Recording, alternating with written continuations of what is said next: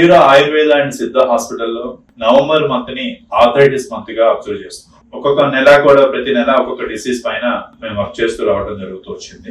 దీంట్లో arthritis, osteo arthritis అంటారా, లేకపోతే రుమటైడ్ ఆర్థరైటిస్ అంటారా, వేరే వేరే దాదాపు ఎన్నో రకాల ఆర్థరైటిస్ టైప్స్ ఉన్నప్పటికీ కూడా మామూలు భాషలో చెప్పుకుంటే మనకి మోకాళ్ళ నొప్పులు, కీళ్ళ నొప్పులు, చిన్న జాయింట్స్ అంటే స్మాల్ జాయింట్స్ అంటారు, బిగ్ జాయింట్స్ అంటారు. మీకు ఎక్కడెక్కడైతే ఈ కీళ్ళవాతం వల్ల వచ్చే నొప్పులు, స్వెల్లింగ్స్, ఈ చలికాలం వచ్చిన దగ్గర నుంచి కూడా ఎక్కువగా అబ్జర్వ్ చేస్తూ ఉంటాం. మార్నింగ్ స్టిఫ్నెస్ చూస్తాము, అలాగే చేతులు వంగకపోవడం, కాళ్ళు వంగటం, దిగగానే ఇబ్బందిగా ఫీల్ అవడం, చలి కొంత ఇంపాక్ట్ చేస్తూ ఉంటుంది.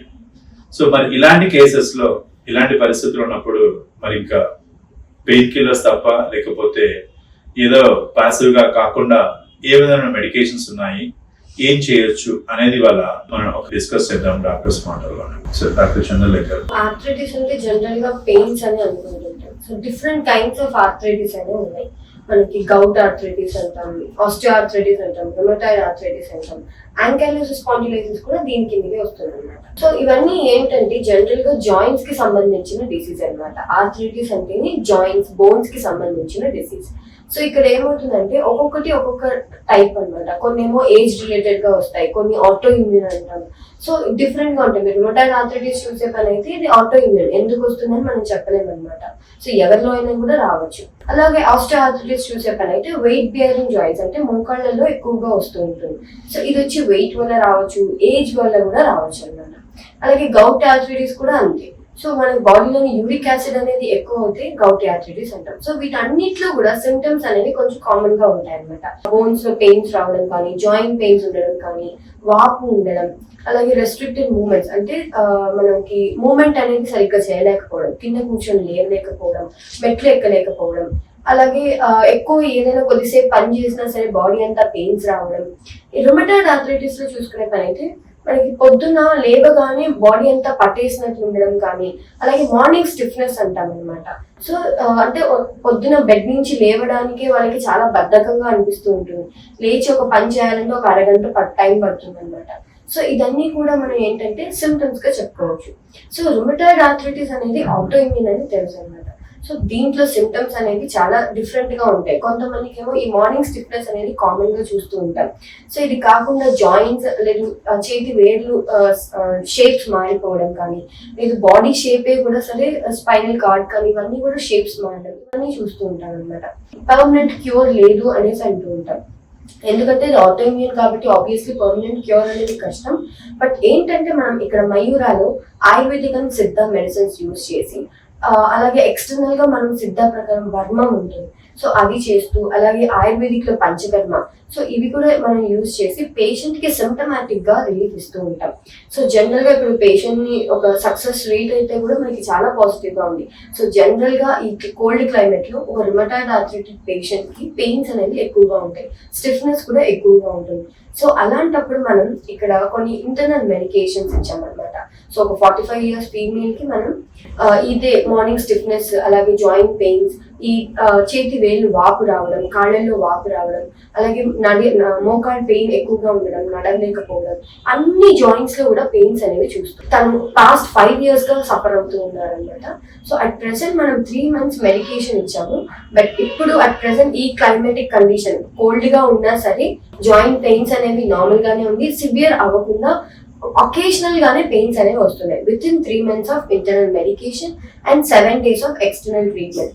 సో పేషెంట్ ని బేస్ చేసుకొని, అలాగే ఏ కైండ్ ఆఫ్ ఆర్థరైటిస్ ని బేస్ చేసుకొని మనం ట్రీట్మెంట్స్ అనేవి సజెస్ట్ చేస్తూ ఉంటాం. అలాగే ఇంటర్నల్ మెడికేషన్స్ కూడా వేరీ అవుతూ ఉంటాయి అన్నమాట. జనరల్ గా డైజెషన్ ప్రాబ్లం కూడా చాలా మందికి చూస్తూ ఉంటాం ఆర్థరైటిస్ పేషెంట్స్ లో. సో అలాంటప్పుడు డైజెస్టివ్ పవర్ ని కూడా ఇంప్రూవ్ చేసుకుంటూ పెయిన్స్ ని తగ్గిస్తూ ఉంటాం. ఇంజెక్షన్స్ లేకపోతే కీట్ మోకాళ్ళలో, అలాగే కంటి చూపు కూడా టెస్ట్ చేయించుకోమని చెప్తూ ఉంటారు, అది ఎందుకని అంటారు? సో జనరల్ గా మీరు ఆర్థరైటిస్ పేషెంట్ లో చూసుకునే పని అయితే ఇది మాక్సిమం జాయింట్స్ అండ్ బోన్స్ కి రిలేటెడ్ గానే ఉంటుంది. సో దీని వల్ల ఏమవుతుందంటే ఆటోమేటిక్ గా బాడీలోని మెటబాలిక్ రేట్ అనేది తగ్గిపోతుంది. ఎందుకంటే పెయిన్స్ వల్ల పేషెంట్ అనేవాళ్ళు ఒక ఫిజికల్ యాక్టివిటీ చేయరన్నమాట. నడుస్తుంటే కాళ్ళు పోస్తుంది, లేదు బాడీ పెయిన్స్ వస్తున్నాయి అనేసి ఫిజికల్ యాక్టివిటీ కంప్లీట్ గా మానేస్తూ ఉంటారు. పెయిన్స్ ని తగ్గించుకోవడానికి కొన్ని పెయిన్ కిల్లర్స్ యూజ్ చేయడం, అలాగే ఇంజెక్షన్స్ వాడడం. సో వీటి వల్ల ఏమవుతుందంటే యాజ్ ఎ సైడ్ ఎఫెక్ట్ గా కంటి చూపు తగ్గడం కానీ, లేదు వినికిడి శక్తి తగ్గడం కానీ, అదర్ ఫీమేల్స్ లో చూసుకున్నట్లయితే హార్మోన్ ఇంబ్యాలెన్స్ రావడం కానీ, థైరాయిడ్ కాకుండా మనకి ఈ female related like menstrual issues రావడం, అలాగే కిడ్నీ ఫంక్షనింగ్ అనేది తగ్గడం, లివర్ ఫంక్షనింగ్ అనేది చేంజెస్ రావడం, ఇవన్నీ కూడా మనం యూజ్ చేసే మెడిసిన్స్ వల్ల వచ్చే సైడ్ ఎఫెక్ట్స్ అన్నమాట. సో వీటి నుంచి మన విముక్తి కోసం అనేసి మనకి ఇక్కడ ఆయుర్వేదిక్ అండ్ సిద్ధ మెడిసిన్స్ తో పాటుగా ఎక్స్టర్నల్ ట్రీట్మెంట్స్ చేయడం వల్ల ఎటువంటి సైడ్ ఎఫెక్ట్స్ లేకుండా మీకు పెయిన్స్ అనేవి తగ్గుతాయి. All kinds of arthritis pains కానీ, ఆస్టియోఆర్థరైటిస్, గౌట్, అలాగే గౌట్ లో చూసేపనైతే యూరిక్ యాసిడ్ అనేది పెరిగి ఉంటుంది. సో ఇది కూడా సరే మనకి కిడ్నీ ఫంక్షనింగ్ కానీ, అలాగే లివర్ ఫంక్షనింగ్ కానీ ఎఫెక్ట్ అవుతూ ఉంటుంది. సో అవన్నీ కూడా మనం ఎటువంటి సైడ్ ఎఫెక్ట్స్ లేని మెడిసిన్స్ ఇచ్చి దాన్ని కంట్రోల్ చేస్తూ ఉంటాం. సో మనకి with in a span of 3 to 6 months లో all kinds of symptomatic relief అనేది జరుగుతుంది. సో దీనికి మనం కొన్ని డైట్ అనేది ఇస్తూ ఉంటాం అనమాట. అంటే uric acid, suppose gout patient అయితే యూరిక్ యాసిడ్ లెవెల్స్ ఇంక్రీస్ అవ్వకుండా ఒక కైండ్ ఆఫ్ డైట్, అలాగే రుమటాయిడ్ పేషెంట్స్ లో పులుపు ఇలాంటివి తింటే వాళ్ళకి ఇమీడియట్ గా ఆ చేంజెస్ బాడీలో చేంజెస్ కనిపిస్తాయి.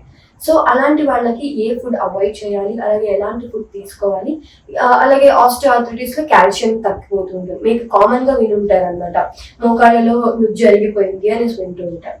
సో అది న్యాచురల్ గా ఎలా ఇంప్రూవ్ అవ్వాలి, ఏ ఫుడ్ తీసుకుంటే ఇంప్రూవ్ అవుతుంది, ఎలాంటి ఎక్సర్సైజెస్ చేయాలి, ఇవన్నీ కూడా మనం సజెస్ట్ చేస్తూ ఉంటాం. Quality of the life improve అవుతుంది. So there is no permanent solution. కానీ రుమటాయిడ్ ఆర్థరైటిస్ లో పర్మనెంట్ సొల్యూషన్ అనేది ఉండదు. మనం ఇచ్చే మెడిసిన్స్ తో పేషెంట్ కి సింప్టమాటిక్ రిలీఫ్ తో పాటు ఒక సొల్యూషన్, అంటే ఈ కంటిన్యూస్ గా ఇన్ని ఇయర్స్ నుంచి వచ్చే ఆ పెయిన్స్ నుంచి రిలీవ్ అవుతారు. మనం చెప్పే డైట్ అండ్ ఎక్సర్సైజ్ ఫాలో అవుతూ కోల్డ్ క్లైమేట్ లో మాత్రం కొంచెం జాగ్రత్తగా మనకి అంటే మళ్ళీ రుమటాయిడ్ ఆర్థరైటిస్ అంటే పెయిన్స్ రాకుండా మనం ప్రివెంట్ చేయొచ్చు అనమాట. బాడీలో ఆటోఇమ్యూన్ డెఫిషియన్సీ అనేది ఉంటుంది. సో ఎప్పుడైనా సరే మనం అజాగ్రత్తగా ఉంటే మళ్ళీ వచ్చే ఛాన్సెస్ ఉంటాయి. అలా రాకుండా మనం జాగ్రత్తగా ఉంటే మనకి మళ్ళీ ఆ పెయిన్స్ అనేది రాకుండా ప్రివెంట్ చేయొచ్చు. ఆర్థరైటిస్ ని మనం ఇప్పుడు మంత్గా ప్రకటించినప్పటికీ కూడా ఇప్పటి వరకు మీరు కొన్ని కేసెస్ లో పెయిన్ మేనేజ్మెంట్ లో కూడా మీరు చేస్తున్నారు. ఎలాంటి కేసెస్ చేస్తున్నారు, ఎలాంటి ఎక్స్పీరియన్స్ జరిగింది?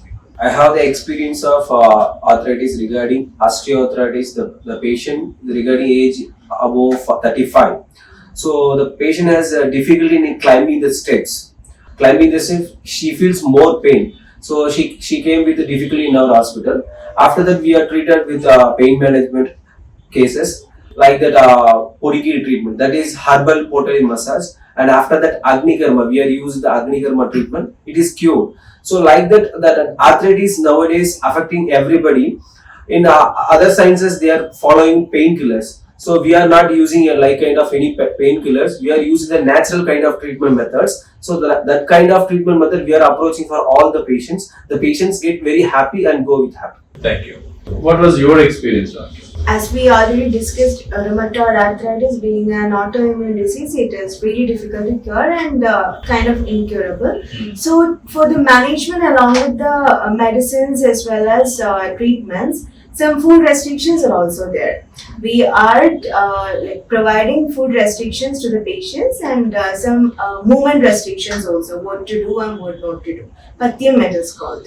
ఆర్థరైటిస్ ట్రీట్మెంట్స్ కి మయూరాలో విన్నారు కదా, మంచి ట్రీట్మెంట్, సైడ్ ఎఫెక్ట్స్ అనేటువంటిది, అలాగే పెయిన్ కిల్లర్స్ రెగ్యులర్ గా వాడాల్సిన పని లేకుండా క్వాలిటీ లైఫ్ ఇంప్రూవ్ చేస్తూ we can lead a happy life.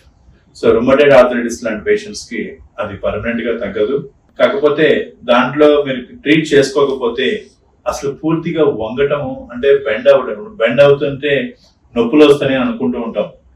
నొప్పులు వస్తున్నాయని చెప్పేసి చేయకుండా ఉండి, అలాగే కొంతమంది కంప్లీట్ గా అసలు వంగని పరిస్థితిలో కూడా చూస్తూ ఉన్నాం పేషెంట్స్ కొంతమంది వచ్చేవాళ్ళని. దయచేసి ఆ పరిస్థితికి ఆ స్టేజ్ కి వెళ్లకుండా మీరు ఏ విధంగా రికవరీ అవ్వాలి, రైట్ సొల్యూషన్ అనేది కావాలి అంటే మాత్రం తప్పకుండా మయూర ఆయుర్వేదంలో సిద్ధ హాస్పిటల్లో మీరు ట్రై చేయొచ్చు. మీకు ఆ ఇన్సూరెన్స్ అనేది మీరు చూస్తారు, ఆ బెటర్మెంట్, ఆ రిజల్ట్స్ అనేది మీరు డెఫినెట్గా ఎక్స్పీరియన్స్ చేయొచ్చు. Thank you.